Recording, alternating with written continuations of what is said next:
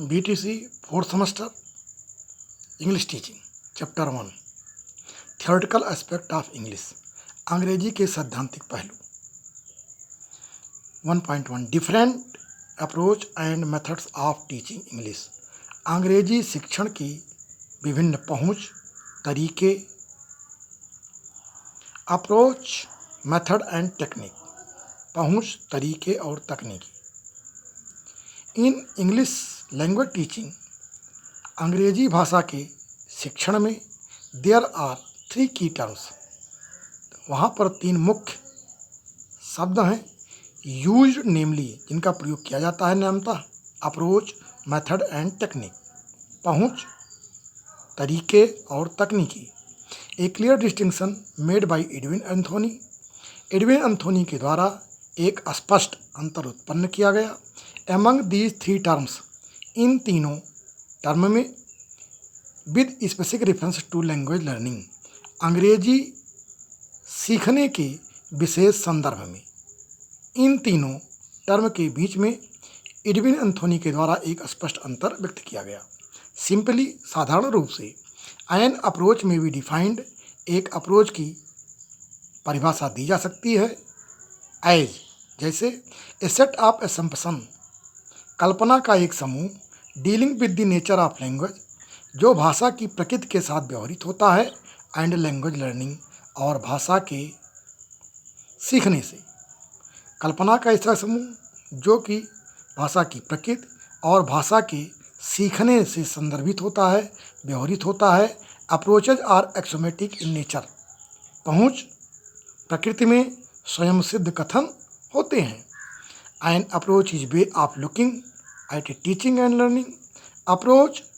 एक तरीका है जिससे टीचिंग एंड लर्निंग शिक्षण और अध्ययन को सीखने को देखा जाता है अंडरलाइन एनी लैंग्वेज किसी भी भाषा के अंदर निहित टीचिंग अप्रोच शिक्षण पहुंच इज ए थ्योरेटिकल व्यू एक सैद्धांतिक दृष्टिकोण है आप व्हाट लैंग्वेज इज की भाषा क्या है and how it can be learned और इसको कैसे सीखा जा सकता है an approach gives rise two methods एक अप्रोच से एक पहुंच से तरीकों की उत्पत्ति होती है the way of teaching something कुछ चीज़ सिखाने का एक रास्ता है विच यूज क्लासरूम एक्टिविटीज़ जिसमें से कक्षा के क्रियाकलाप प्रयोग किए जाते हैं आर टेक्निक या तकनीक प्रयोग किए जाते हैं to help the learners learn जिससे कि सीखने वालों की मदद की जाए according to Cambridge International Dictionary के अनुसार approach refers to different theories approach भिन्न भिन्न सिद्धांतों को संदर्भित करते हैं about the nature and acquisition of language भाषा की स्वभाव और अर्जित करने के तरीकों की और हाउ लैंग्वेज आर लर्न या भाषा कैसे सीखी जाए a method is overall plan for orderly presentation of language material एक मेथड एक संपूर्ण योजना है भाषा के पदार्थों का क्रमिक प्रस्तुतिकरण का नो पार्ट ऑफ विच कंट्राडिक्स जिसका कि कोई भी भाग विरोध नहीं करता है एंड ऑल ऑफ विच और जिसमें से प्रत्येक is based on selected approach कुछ चयनित पहुँचों पर आधारित होते हैं इन अदर वर्ड्स अन्य शब्दों में इट इज स्पेसिफिकेशन ऑफ स्ट्रेटीज ये रणनीति का विशेषीकरण है फॉर लैंग्वेज लर्निंग भाषा के अध्ययन के लिए भाषा को सीखने के लिए यह रणनीति का एक विशेषीकरण है विद इन वन अप्रोच एक अप्रोच के अंतर्गत there could be several methods कई मेथड हो सकते हैं methods are procedural in nature method स्वभाव में प्रक्रियात्मक होते हैं methodology is a systemic and scientific way of teaching methodology भाषा के किसी भी